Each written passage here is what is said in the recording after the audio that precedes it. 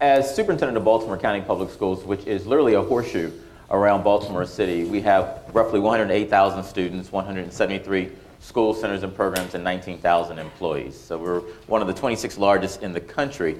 And we're a member of the large countywide and suburban school system consortia, which is roughly 15 school systems representing 1.3 million students. And it has Fairfax, Montgomery County, Cobb County, Gwinnett County among the ranks of that consortium. And so it's very telling that we're in DC having this conversation because, of course, this is where many of the decisions are being made which impact our accountability systems across the country and where we need to have the biggest impact.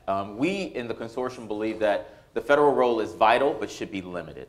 And with that being said, that they need to be making sure that we're holding states accountable through compliance with our plans, our Title I, Title II, Title III plans, that they're holding us accountable through the use of our Perkins funds, but also easing restrictions on how we use those funds in order to accomplish the work.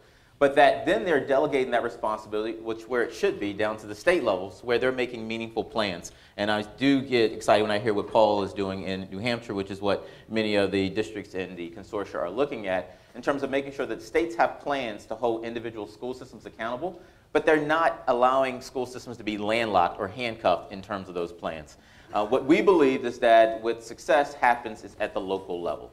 And in Baltimore County, where we put together a pretty ambitious strategic plan called Blueprint 2.0, we backmapped that from what we have defined as students being globally competitive when they graduate.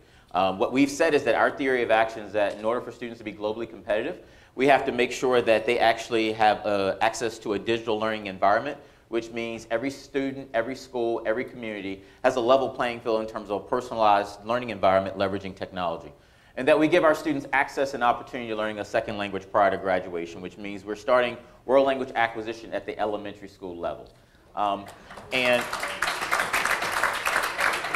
so what we want is that as we're working around our state framework in terms of achievement, gap, and growth, that we look at how do we make sure that we have local performance measures and metrics in order to make sure that we are moving local agendas forward. We also advocate for the fact that we need to go back and revisit the work around No Child Left Behind. So I think all of us are in agreement that we love the name and that we don't want any child to be left behind. I think also it gave our country the first opportunity to really make sure we're looking at all kids. But now it's an opportunity for us to go back and really make sure that we're making good on that promise.